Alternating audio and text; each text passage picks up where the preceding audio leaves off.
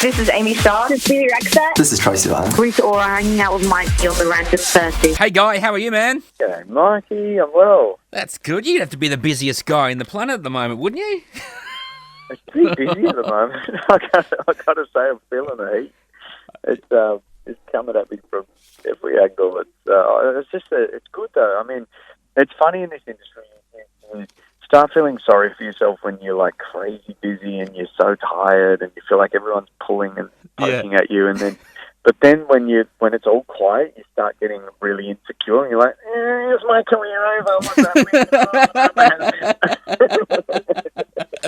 It's just one thing after another, and then it just keeps going and keeps rolling. It is, but as I've gotten older, I've actually learned to appreciate the busy times and not complain, because it's sort of, I don't know, like I'm so lucky. I just look at my life and I can't get over it. I cannot believe I do what I do. You've got a pretty good life. So, like a really, really good life. Oh, it's awesome. I mean, I never could have dreamt this. People ask me questions like what would you have told your 15-year-old self, like, to do different? And I'm like, nothing. Don't chase it. I'm still like, weirdly, I was watching Back to the Future on the plane with my colleague. I was like, oh my gosh, I'm watching that. It's such a classic.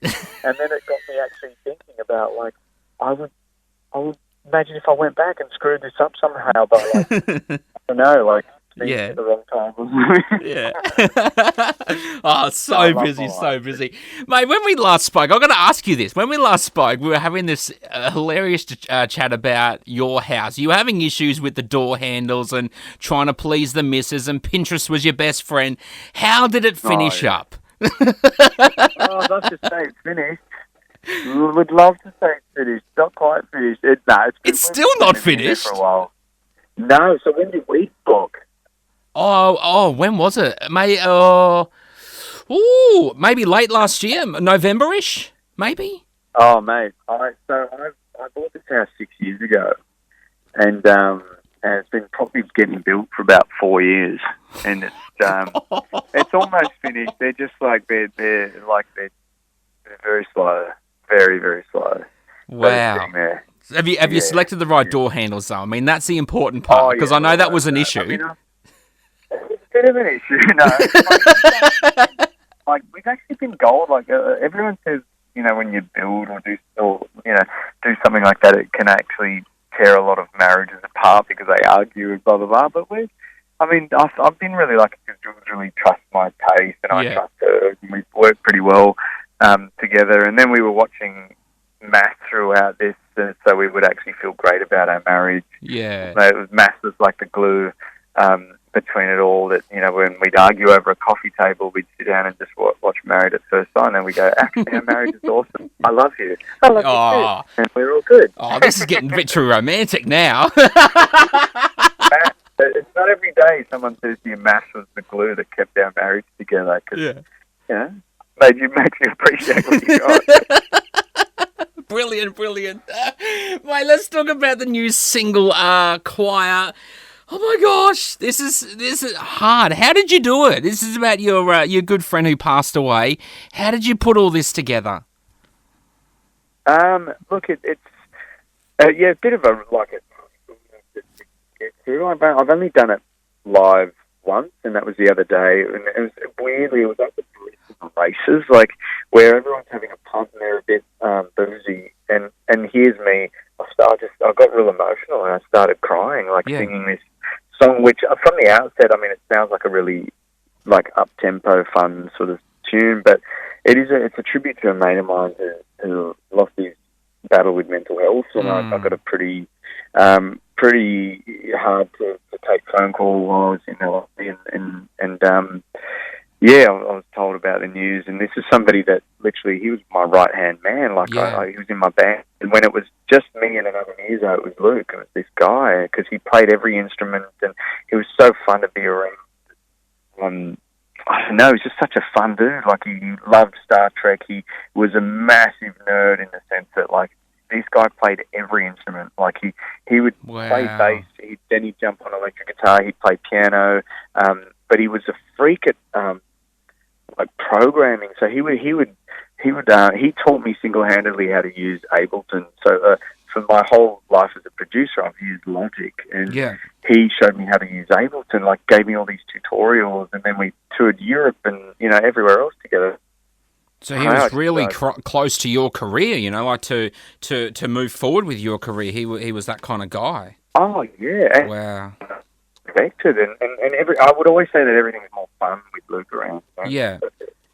Fun guy, like so positive, and so I didn't see anything coming. I was a bit concerned about him, towards the end, but yeah, I just didn't see it coming, and it's left myself and kind of a lot of people, we just really miss him, and so I wanted to write something that was, I knew I couldn't write a song as a tribute for him that was slow, because I just always imagine him looking down on us and going, that sucks. Like, what are you writing some crappy ballad for me for? I wrote him something that hopefully he's proud of, and that's a fun, celebratory sort of song that represents him. And and it's quiet. And the film clip dropped forward as well, and I watched that. Without coming across as a stalker, is your son in it? Is that your son? Yeah, that's my son. Yeah, that's little Hudson. Wow. At the end.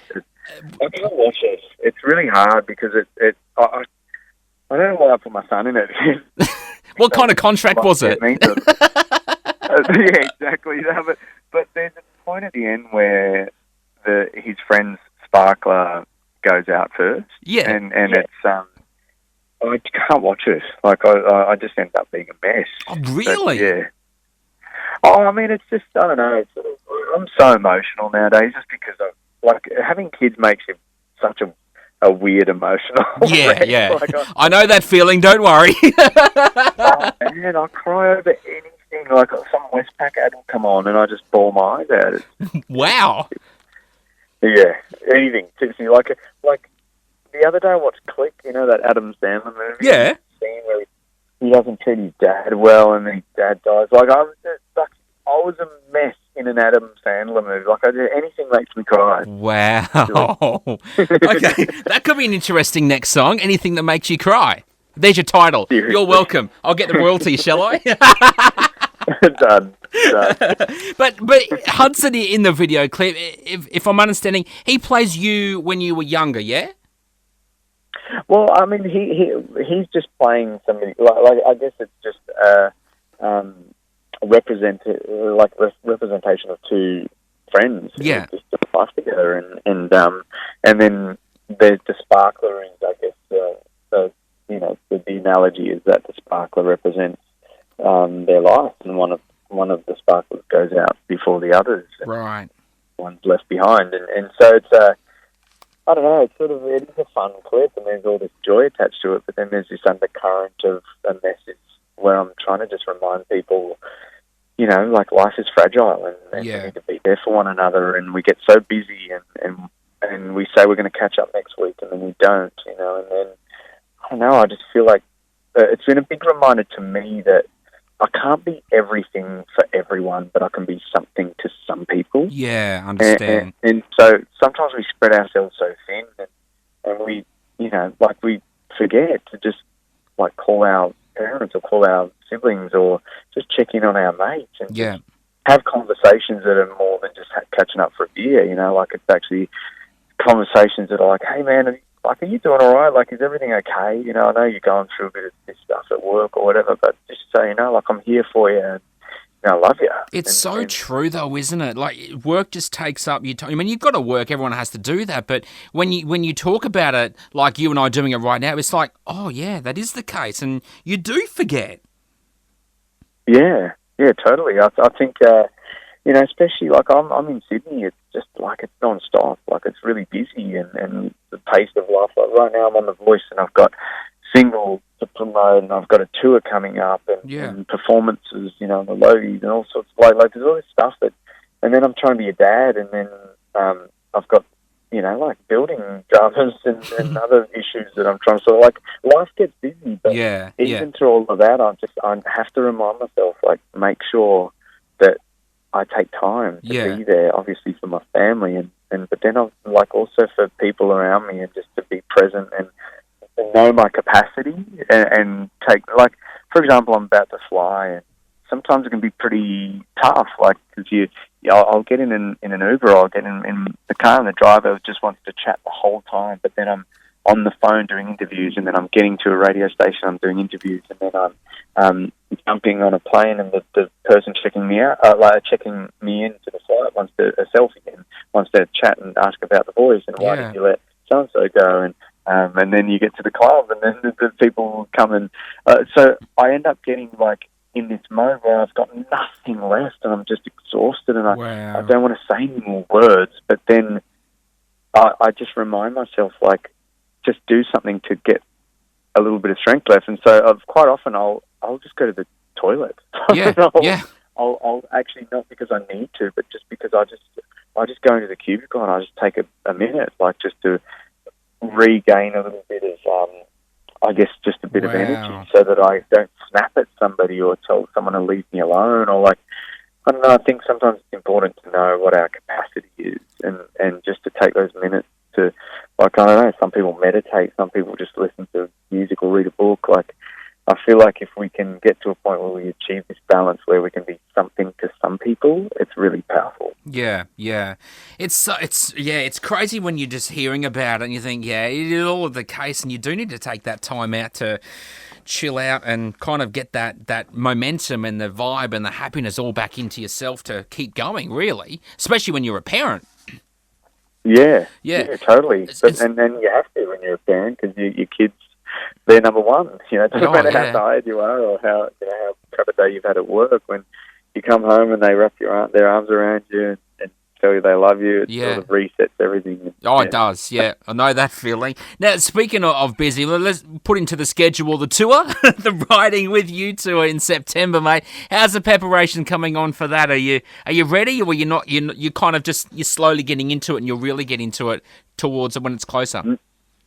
No, that's good busy. So the tour prep and that's like good busy, because I just enjoy it so much. Yeah. I in my head, you got to understand, like, as I'm doing all of this pre-production work and shooting content and recording some tracks and stuff that all the stuff that I do for the show, in my head I can see people. Yeah. And so that's my drive. I see people and I think how they're going to react to this. And it's such an exciting thing to work on, because I don't know, it's every tour is different for me, and this one I've always been anxious about tours because I just want them to be good.